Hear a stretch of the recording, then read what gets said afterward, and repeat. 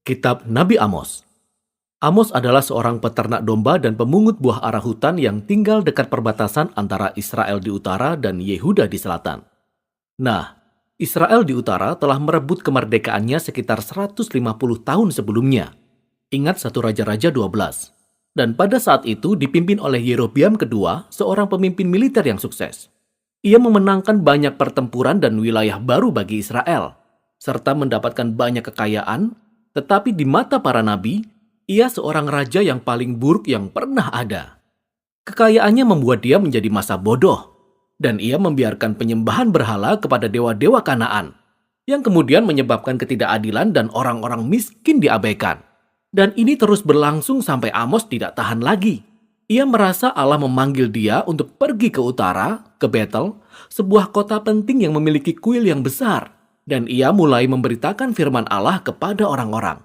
Dan kitab ini merupakan kumpulan dari khotbah, puisi, dan penglihatannya yang disuarakannya selama bertahun-tahun, yang kemudian disusun agar umat Allah dapat memahami pesan Allah bagi kerajaan di utara, dan pesan itu masih perlu kita dengar sampai saat ini. Kitab ini memiliki susunan yang cukup jelas. Pasal 1 dan 2 berisi serangkaian pesan untuk bangsa-bangsa termasuk bangsa Israel. Kemudian pasal 3-6 berisi kumpulan puisi yang mengungkapkan pesan Amos kepada orang-orang Israel dan para pemimpinnya. Pasal 7-9 berisi serangkaian penglihatan yang dialami Amos yang menggambarkan hukuman Allah yang akan datang atas bangsa Israel. Mari kita pelajari lebih dalam. Kitab ini diawali dengan serangkaian puisi pendek yang menuduh semua bangsa-bangsa di sekitar Israel melakukan kekerasan dan ketidakadilan. Ini agak aneh. Karena kalimat pembuka kitab ini menuliskan bahwa Amos akan menentang Israel. Namun, perhatikan apa yang terjadi. Selagi Amos menyebutkan nama-nama semua bangsa di sekitar Israel ini, kita dapat melihat ia seperti sedang membuat lingkaran di atas peta, dan Israel berada tepat di tengah seperti sebuah sasaran di titik bidik.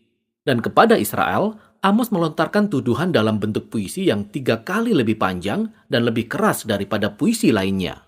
Ia menuduh orang-orang kaya di Israel mengabaikan orang-orang miskin dan membiarkan banyak ketidakadilan di negeri mereka, khususnya dengan membiarkan orang-orang miskin dijual sebagai budak karena hutang dan kemudian mengabaikan hak-hak hukum mereka. Dan Amos bertanya, inikah keluarga yang pernah diperlakukan dengan tidak adil dan diperbudak di Mesir? Keluarga yang telah diselamatkan oleh Allah dari penindasan dan perbudakan? Ini semua harus diakhiri, kata Amos. Allah sudah tidak tahan lagi denganmu. Jadi pembukaan di bagian berikutnya menjelaskan mengapa. Allah berfirman, banyak keluarga di atas bumi, tetapi hanya kamu Israel, keluarga yang telah kupilih. Ini merupakan kiasan dari Kejadian 12, di mana Allah memanggil keluarga Abraham untuk menjadi berkat Allah bagi segala bangsa.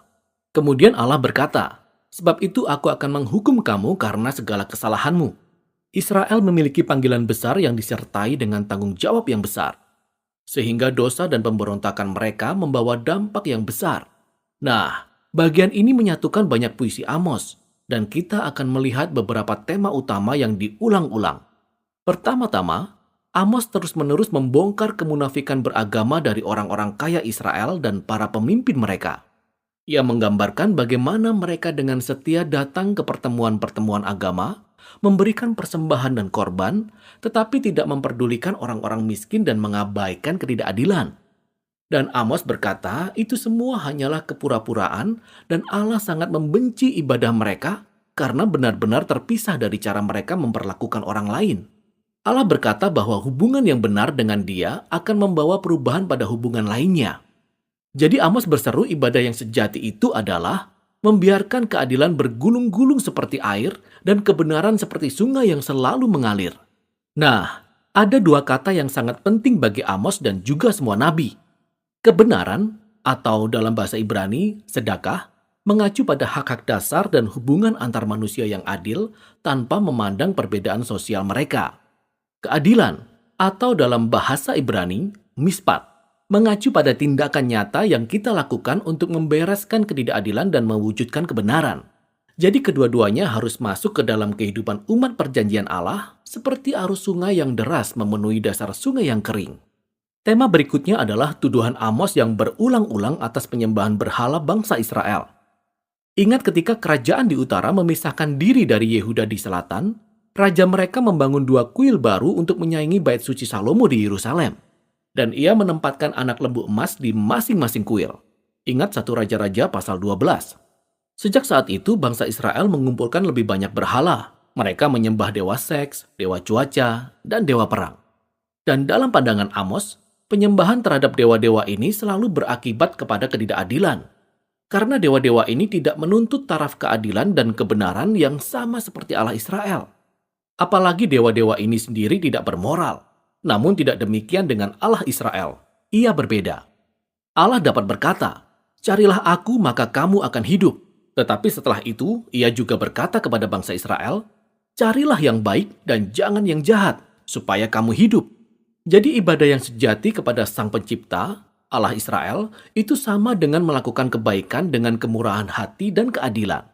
Dan tema terakhir dalam bagian ini adalah, karena bangsa Israel dan raja mereka telah menolak Amos serta nabi-nabi lainnya, maka Allah akan mendatangkan hari Tuhan, yaitu hari di mana Allah akan mengadili bangsa Israel dengan dahsyat dan mengerikan. Dan secara khusus, Amos menubuatkan bahwa sebuah bangsa yang kuat akan datang, menaklukkan dan menghancurkan kota mereka, serta membawa mereka ke dalam pengasingan. Dan kita tahu nubuatannya menjadi kenyataan. Sekitar 40 tahun kemudian, Kekaisaran Asyur bergerak masuk dan melakukan persis seperti apa yang telah dinubuatkan Amos. Kitab ini ditutup dengan serangkaian penglihatan yang dialami Amos, yang merupakan gambaran simbolis akan kedatangan hari Tuhan. Amos melihat bangsa Israel dihancurkan oleh kawanan belalang dan kemudian oleh api yang menghanguskan. Dan kemudian mereka ditelan seperti buah yang terlampau matang. Dan dalam penglihatannya yang terakhir, Amos melihat Allah memukul tiang kuil berhala Israel di Betel dengan keras.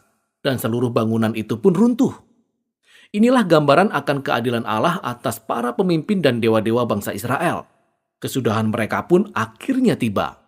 Namun tiba-tiba di paragraf terakhir, kita melihat secercah harapan. Paragraf tersebut menggambarkan bangsa Israel sebagai bangunan yang sudah hancur, tetapi Allah berkata bahwa dari reruntuhan ini, suatu hari ia akan mendirikan kembali pondok Daud. Dengan kata lain, Allah akan mengutus Raja Mesias di masa depan dari garis keturunan Daud, dan ia akan membangun kembali keluarga umat Allah, yang ternyata juga termasuk orang-orang dari segala bangsa. Semua kehancuran yang disebabkan oleh dosa bangsa Israel dan penghakiman Allah akan dipulihkan pada hari itu. Nah, paragraf terakhir ini sangatlah penting, karena menjadi satu-satunya pengharapan di balik penghakiman, dan juga membantu kita memahami bagaimana kitab ini menelusuri hubungan antara keadilan Allah dan belas kasihannya. Jika Allah itu baik, ia harus menentang dan menghakimi kejahatan di tengah-tengah bangsa Israel dan bangsa-bangsa lainnya. Namun tujuan jangka panjang Allah adalah untuk memulihkan dunianya dan membangun sebuah keluarga perjanjian yang baru. Dan melalui perkataan Amos, sampai hari ini kita masih mendengar seruannya untuk belajar dari kemunafikan dan bencana yang dialami bangsa Israel.